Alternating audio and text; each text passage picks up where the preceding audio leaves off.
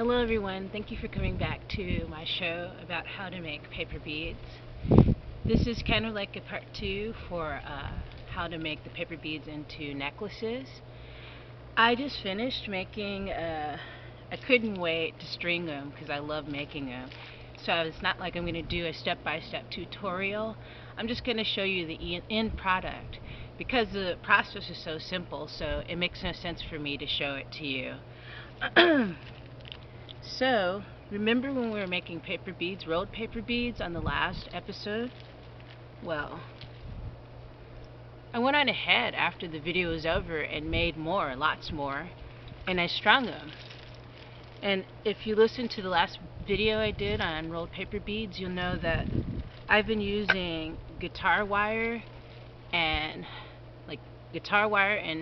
bass strings because I have a lot of them, extra that I was allowed to use was given to me. So decided to see if it would work out with paper beads and making necklaces out of them, and it works just fine.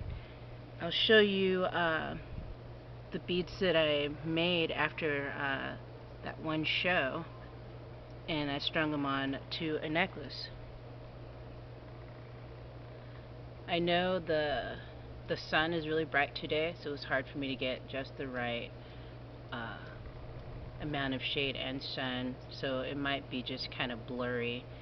But at the end of this video, I'll try to do a close-up of the actual paper beads. If you look inside, that's guitar string. Actually, no, this is a bass string.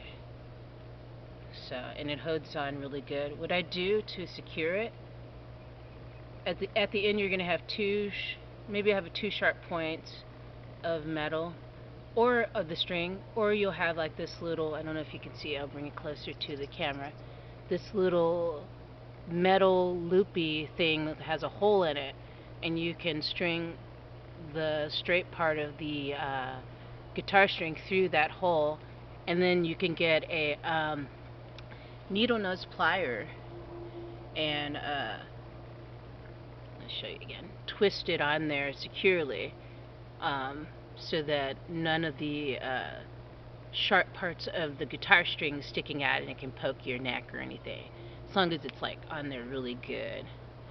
And I think this is pretty cool. Some might find just this pattern and these colors kind of boring. If that's the case, then you can do something like this, which is what I have on. You can incorporate different types of beads in there. Like, you remember that video I did, and if you don't, you can go back to it. But it's a video I did on paper mache beads. So I like to mix those together with the rolled paper beads, because it gives a little bit more of a diversity. And I did tell you that I will eventually do a video on rolled paper beads with writing on them. So yeah, that turned out good. I also drilled holes in the paper mache beads that I made last week, which I didn't videotape, and I painted them with nail enamel that's metallic in color. I just bought a whole set of nail enamels. So you can paint your paper beads with just about anything. I use the nail enamels because they're affordable. I would prefer to use regular old paint, like acrylic paints, but funds don't allow right now. So I'm using nail enamel. And see that? And I glossed it. There's different designs you can put on it when you do nail enamel or paint just in general. And I glossed each one, and it's a necklace. But if you want it to, you could incorporate rolled paper beads in it, like you saw on the other necklace I made. And this one is also with I think this is bass string actually, but I like this, and I like to string them. I like to string my paper beads on something, whether it's on the string, the guitar string, bass string, or on like hemp Hemp cord is really good.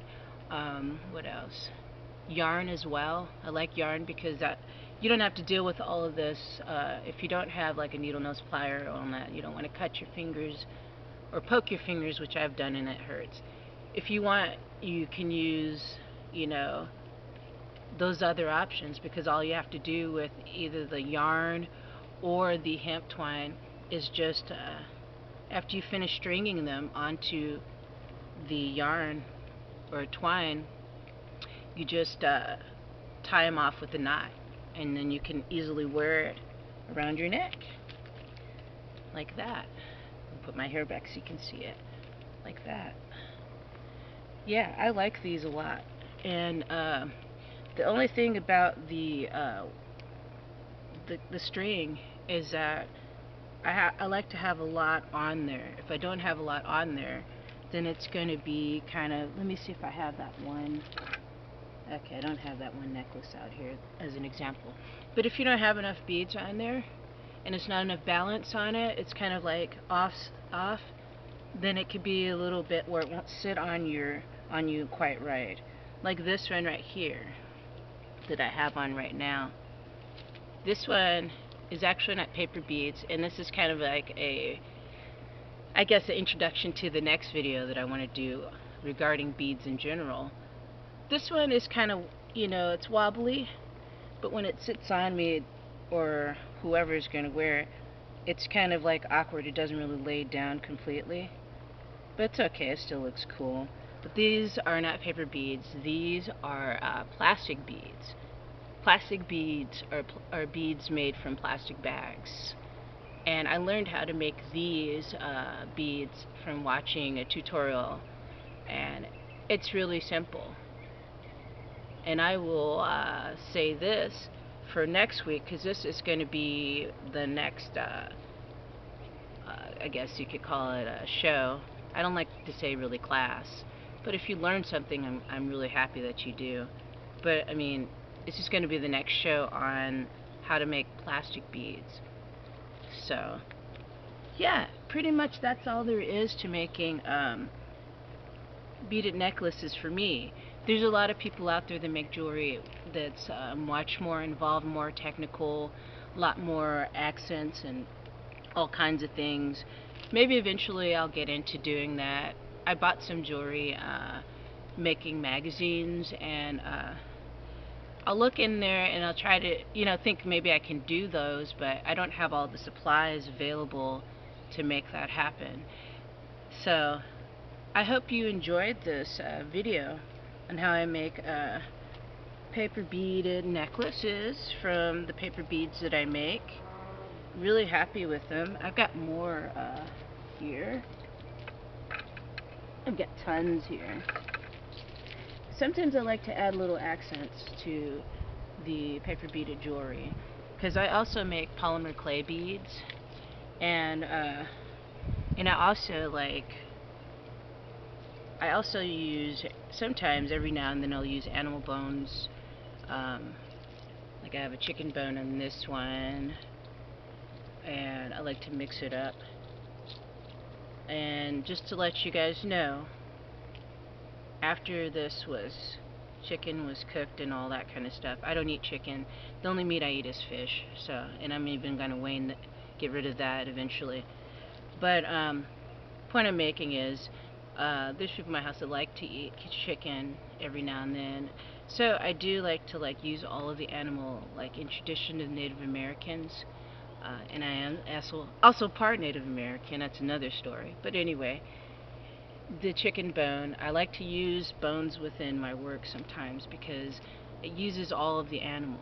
You know, it's not like you're shooting the animal, it's dead, you know, eat the food, chuck it, it's gone. To me, this kind of pays homage to this chicken that sacrificed its life for somebody's meal. So anyway, these right here too are bamboo beads that I created. So, and that would be a future show. So, I don't know much more I can say about making paper beaded necklaces. One thing I might say is you might get addicted to them because they're so fun, and there's so many things you can do with them. You know, so many. You know, you don't have to even make necklaces with paper beads. You could make. You could use it in your collage work. You could use it right now. I've got some paper beads I've used in a. I guess you call it mixed media as a shadow box.